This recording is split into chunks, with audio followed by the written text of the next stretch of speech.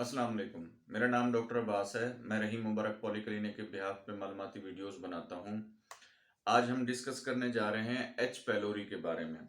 H pylori क्या है? Basically ये एक मैदे की इन्फेक्शन इसको कह लें, जिसमें ये होता है कि मैदे के जो तेज़ाबियत है वो बढ़ जाती है। तेज़ाबियत अगर बढ़ती है तो फिर वो उसमें अल्सर्स बनने शुरू हो जाते हैं, जिससे आपको पेन होना शुरू हो जाता है मैदे के अंदर। तो हम देखते हैं कि ये फैलता कैसे है, इसकी ट्रीटमेंट क्या है और अगर खुदा ना खास्ता इसको ट्रीटमेंट ना किया जाए तो इसकी कॉम्प्लिकेशंस क्या हो सकती हैं। फर्स्ट ऑफ ऑल ये फैलता कैसे है? फैलता है ये अनक्लीन वाटर से। ठीक है, अनक्लीन वाटर, जो यानी कि पानी आपका साफ नहीं है या फिल्टर्ड नहीं किया गया उसको। ठीक है, अनक्लीन फूड से, जो कि हम फूड वैसे ही रेडी पे रखा हुआ है तो उठा के वहां से खा लिया, जो रा फूड जिसको हम कहते हैं, या कच्ची सब्जियां जो हम खा लेते हैं, ठीक है ना, उससे भी ये चीज हो सकती है अगर उनको बगैर धुले आप बगैर धो के उसको अगर यूज करते हैं तो। ठीक है, दूसरा फिर इसमें आ जाता है ह्यूमंस में कैसे हो जाता है। अगर कोई बंदा एच पेलोरी से सफर कर रहा है, यानी किसी बंदे को एच पेलोरी है, उसके साथ आप अगर सेक्सुअल रिलेशन करते हैं यानी किसिंग वगैरह करते हैं तो उससे भी ये फैल सकता है। ठीक है, ये तो होगी इसकी मोटी मोटी काजेज। अब इसको आपको एच पेलोरी है या नहीं है, इसको डायग्नोज कैसे करना है आपने। इसकी डायग्नोसिस के लिए हम कुछ टेस्ट यूज करते हैं। एक तो होता है आपका यूरिया ब्रेथ टेस्ट कहते हैं उसको। ठीक है, यूरिया ब्रेथ टेस्ट। ठीक है, इसमें क्या होता है कि जो यूरिया कंटेनिंग जो है ना कोई फ्लूइड आपको पिलाया जाता है, उसके बाद आपकी ब्रेथ को टेस्ट किया जाता है, क्योंकि यूरिया को वो जो एच पेलोरी है वो ब्रेक डाउन करता है, तो एक स्पेसिफिक किस्म की ब्रेथ आती है उससे। ठीक है, ये भी बेड साइड टेस्ट है, यानी कि डॉक्टर अपने क्लिनिक पे परफॉर्म कर सकता है इसको। दूसरा फिर उसके बाद होता है स्टूल का, स्टूल फॉर एच पेलोरी। ठीक है, इसमें जो है ना स्टूल का आप वो देते हैं, सैंपल देते हैं, जिससे फिर वो जो है ना आपको चेक किया जाता है कि आपके इस पखाने के अंदर जो है ना वो एच पेलोरी है या नहीं है। नंबर 3 पे आ जाता है ब्लड टेस्ट। ठीक है, ये भी बेड साइड टेस्ट है, यानी डॉक्टर अपने क्लिनिक पे ही परफॉर्म कर सकता है इसको। इसमें क्या देखते हैं कि एक किट होती है, किट मेथड के जरिए, जो मैंने उसके ऊपर वीडियो भी बनाई हुई है कि किट मेथड से कैसे टेस्ट करते हैं। ठीक है, तो उसमें क्या करते हैं, एंटीबॉडीज टेस्ट करते हैं।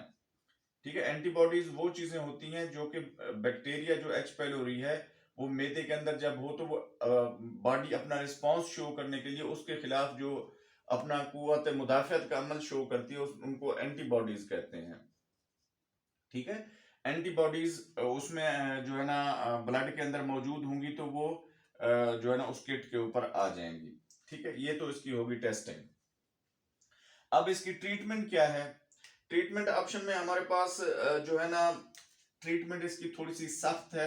सख्त से मतलब ये है कि यानी आपको टाइम टेकिंग है और अच्छी खासी एंटीबायोटिक्स खानी पड़ेंगी, अच्छी खासी यानी मेडिसिन खानी पड़ेगी। तो मैं रिकमेंड यही करूंगा कि ट्रीटमेंट शुरू करने से पहले पहले कंफर्म कर लें कि इन टेस्ट के जरिए कि आपको एच पेलोरी है भी या नहीं है, एम या मेडिसिन खाई जा रहे हैं। ठीक है, अब ट्रीटमेंट में हम क्या कर सकते हैं? ट्रीटमेंट में हम डबल एंटीबायोटिक्स देते हैं। वैसे तो इसके लिए हम क्लेरिथ्रोमाइसिन, अमोक्सिल, फ्लैजिल, इस किस्म की मेडिसिन यूज करते हैं इसके लिए। ठीक है, लेकिन इनमें से किसी दो मेडिसिन का कॉम्बिनेशन आपने देना है। फॉर एग्जांपल मैं जिनको रेकमेंड करता हूं मैं उनको अमोक्सिसिलिन, ठीक है, अमोक्सिल 500 mg। ठीक है, ये सुबह दोपहर और शाम। ठीक है, अच्छा इसकी ड्यूरेशन मैं बाद में बताता हूँ कितने दिन देनी है आपने। ठीक है, पहली ये हो गई। ठीक है, दूसरी ड्रग कौन सी हो जाती है? क्लेरिथ्रोमाइसिन।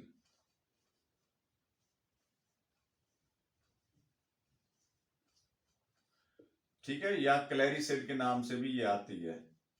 ठीक है, क्लेरिसिड, रिदमो, इस किस्म की आती हैं ये चीजें। ठीक है, इसको कोशिश करें कि ये एक्सएल ले लें, एक्सएल इसके आगे लिखा होगा। ठीक है, उसकी रीजन ये है कि क्लेरिथ्रोमाइसिन अगर 500 mg में आप लेते हैं, ठीक है, अगर 500 mg वाली लेते हैं तो आपको ये सुबह शाम लेनी पड़ेगी। अगर क्लेरिथ्रोमाइसिन एक्सएल लेते हैं तो ये आपको एक टाइम डेली की एक खानी है। ठीक है, नंबर 3 पे क्या जाते हैं? नंबर 3 पे आप कोई ऐसी मेडिसिन लें जो आपकी एसिड प्रोडक्शन को कम करे, यानी तेजाब, मैदे की तेजाब जो बनाने की खासियत है ना उसको कम करे।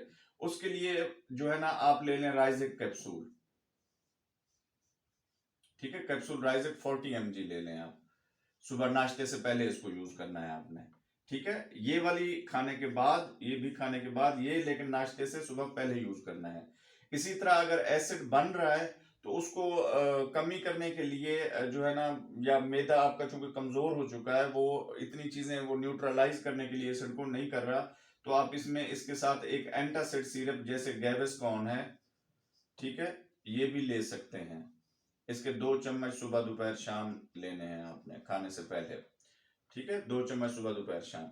अच्छा, इस ट्रीटमेंट को आपने कितने दिन चलाना है? इस सारी ट्रीटमेंट को आपने 14 दिन चलाना है, 14 डेज, 2 वीक्स, ठीक है। इस ट्रीटमेंट को आपने 14 दिन चलाना है, ठीक है। और इसके साथ साथ आप अगर साथ में मिल्क का इस्तेमाल भी कर देते हैं, ठीक है, अंदर मिल्क के अंदर जो लेक्टोफिरिन एक प्रोटीन होती है, वो भी जो है ना उसको एच पाइलोरी को कम करने में हेल्प करती है। तो इससे जो है ना रिमिशन के चांसेस बहुत कम है।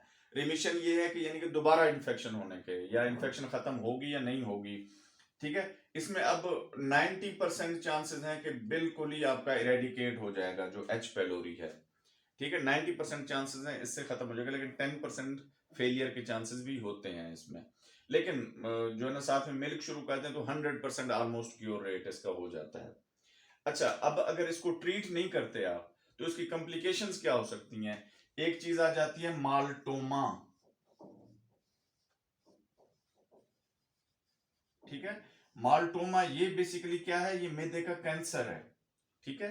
कैंसर इन द सेंस ये इस तरह है कि इसको ट्रीट किया जा सकता है, ये इतना डेंजरस नहीं है, फेटल नहीं है लाइफ के लिए, लेकिन ये एक प्रॉब्लम बना देता है मैदे के अंदर जब तक ये मौजूद होता है।